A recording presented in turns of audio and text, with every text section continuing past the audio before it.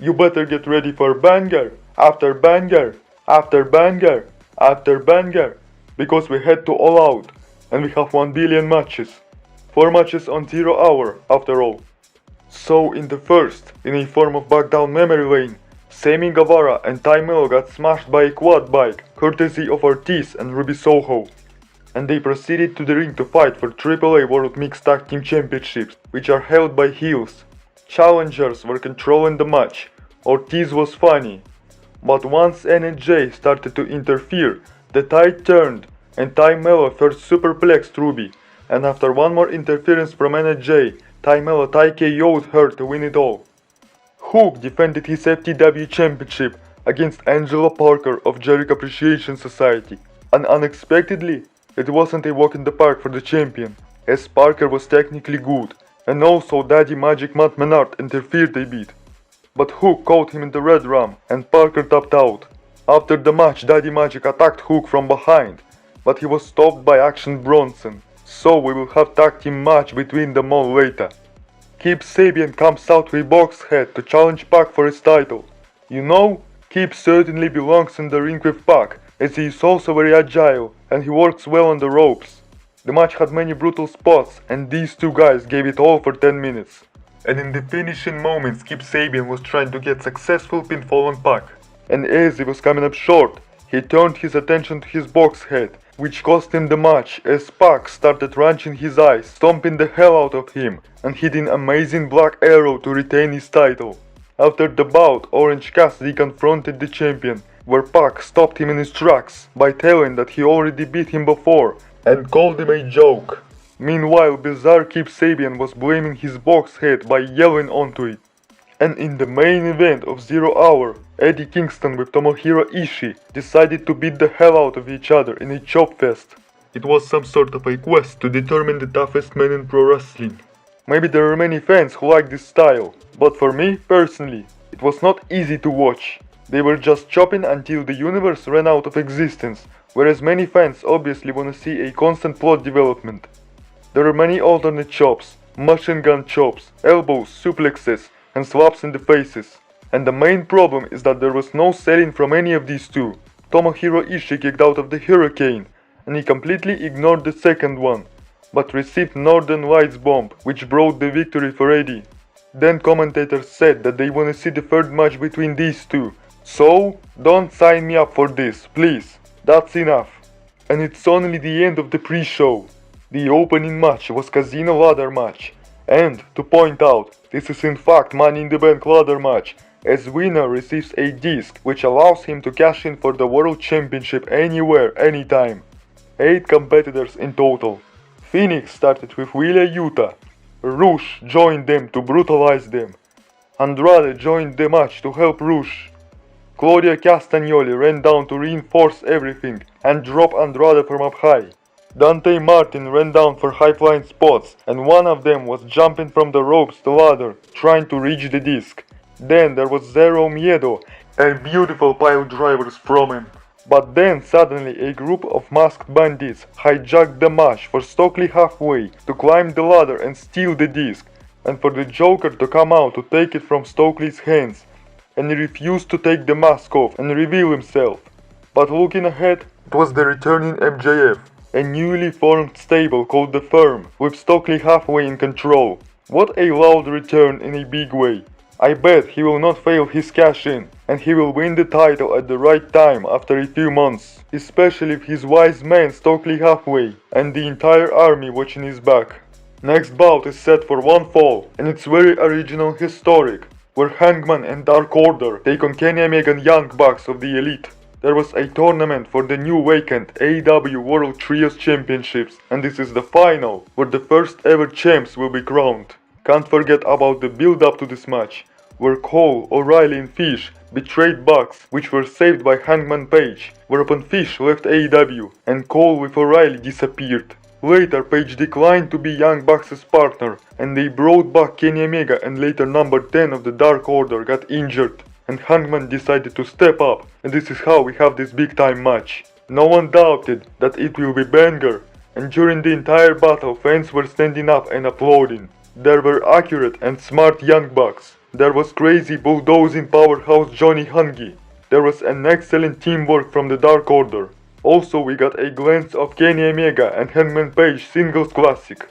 In the end, John Silver tried to outsmart and pin Kenny Omega by any means necessary, and he was holding him from behind to let Page to hit back shot on Omega, but Omega dodged it and John Silver got spiked hard, and Kenny pinned him while Matt Jackson was holding Hangman. What a lethal ending, and while the result was obvious, the match was one for the ages. And speaking of lethal, Jay Lethal has brought himself some backup in form of Motor City Machine Guns to fight Triple Tag Team Champs FTR and TNT Champion Wardlow. It was a nice, technical, volatile, classic 6-man 16-minute tag team match, where we saw commendable teamwork and beautiful chemistry between Jay Lethal and Machine Guns. And also don't forget about Sanjay Dutt and that legendary giant Satnam Singh lurking outside.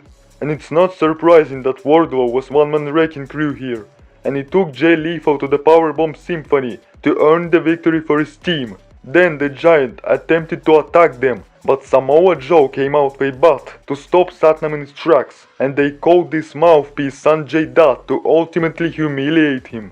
Next match is a grudge match between Powerhouse Hobbs and Ricky Starks, who immediately rushed the ring to start the fight, but despite his efforts, he didn't advance far, and it took just 5 minutes for Hobbs to start dominating and catch Ricky with Thunder's spine buster to score the win. That's fine, this feud is far from over, and Ricky will have his rematch. Following match is for AEW World Tag Team Championships, where Swerve and Keith Lee defend against fan favorites Always Rapping the Acclaimed, accompanied by Daddy Ass Billy Gunn. One thing that I immediately think of from this match is the chemistry between Keith Lee and Max Caster. Both guys are funny and they both tried to outsmart one another, but they couldn't. It was a match where both teams tried to outthrow and outwork one another. And of course fans played a giant role here as they started turning on Keith Lee, and especially Sneaky Swerve Strickland, and booed them hard, and they loudly cheered Caster and Bowens and wanted them to finally win these tag team titles. Scissor Me Daddy Fever chants ran wild throughout the match. Champions got many corners and used some underhanded tactics, and that's why received loud boos, while challengers had many opportunistic moments and were cheered every time. Can't forget about glorious modified diamond cutter from Max Caster to Keith Lee from the corner. Also mic drop to outside, hammering Swerve, an incredible, powerful attitude adjustment to Keith Lee. In the end, it seemed like they were going to win by delivering mic drop to Swerve, but Keith Lee broke up the pinfall. Bowens left 1 against 2. Swerve accidentally kicked Keith Lee, but the latter kicked out and caught him into the powerbomb position, from where Swerve stomped Bowens to retain their titles. I love the Acclaimed, but this is the right result, because there has to be a rematch, no doubt. This loud rivalry has to continue, and the Acclaimed have plenty gas left in the tank to win these titles. Scissor Me Daddy Ass! Another grudge match, Christian vs Jungle Boy, where Christian got slapped, and later Jungle Boy during his entrance surprisingly got brutally chokeslammed by Luchasaurus onto the steel stage and was put through the announce table, and for Dinosaur by apparently turning heel again and reuniting himself back with Christian, who quickly took advantage and squashed Jungle Boy in 20 seconds. Thank you but no thank you, Tony Khan. Phenomenal. 5 stars. I will be rewatching this match every day. There was a confrontation backstage where Pac once again disrespected Orange Cassidy. And here comes long-awaited, long-anticipated AEW Dream Match. The Lionheart Chris Jericho versus the American Dragon Bryan Danielson, who was sung out by his friend Elliot Taylor. They took a long time to warm themselves up and to accelerate the match. There were many holds, smart chain wrestling, chops, kicks, and yoga games along the way. This match really made a fuss with the crowd. Jericho kicked out of the Busaiku knee, tried to roll up Danielson. Bryan started hammer and anvil elbows on Chris. They cornered referee from where Jericho hit low blow and Judas Effect to score the win for his alter ego Lionheart. Come on baby! Sinister House of Black have to contend with Furious, Ruthless, Fearless Miro, Darby Allin, and the Icon Sting, who are united by the common enemy. Miro looked like he didn't need any partners to fight House of Black. He was extremely aggressive and viciously beating down all enemies.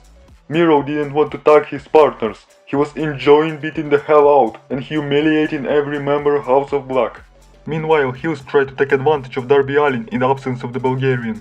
Don't forget about the Stinger He was rocking and rolling, there with his Stinger splashes.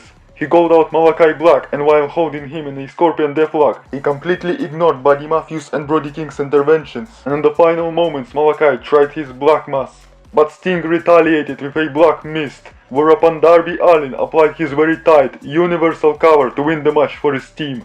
I think House of Black are done. They don't have any creative development. And even more than that, Malachi Black is going bye-bye from AEW. Maybe he's going back to WWE, who knows? You won't believe it, but this is the main event finally. CM Punk in Chicago tries to win back the undisputed AEW World Championship from Jon Moxley, after losing to him 2 weeks before that on Dynamite. The match wasn't that much interesting technically. No, the main thing was the heat, the disdain between these two, and the crowd reaction. Moxley didn't care about anyone in Chicago crowd, and was showing middle fingers to all of them, and CM Punk included. In the beginning of the match, after looking to one another, and Moxley's disrespect, CM Punk decided to put him to sleep with GTS, but Moxley kicked out.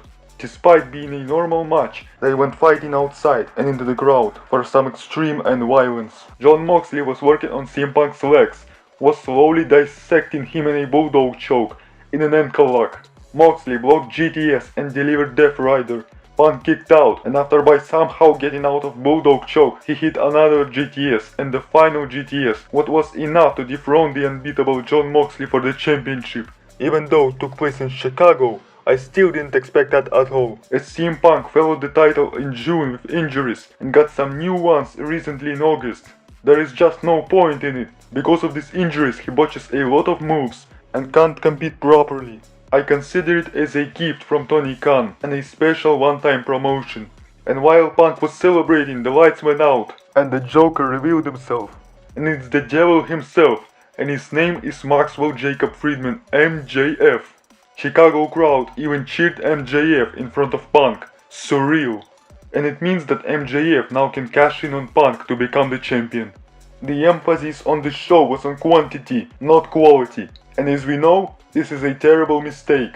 Stop making so many needless matches. Make 8 matches instead of 15, but make them better. Fans pay $50 to see Jungle Boy getting squashed in 20 seconds by 48-year-old veteran. As a result, the show doesn't deserve more than 4.5 stars. But anyway, thank you. I appreciate you all here. Good night. See you later. Shaquille O'Neal.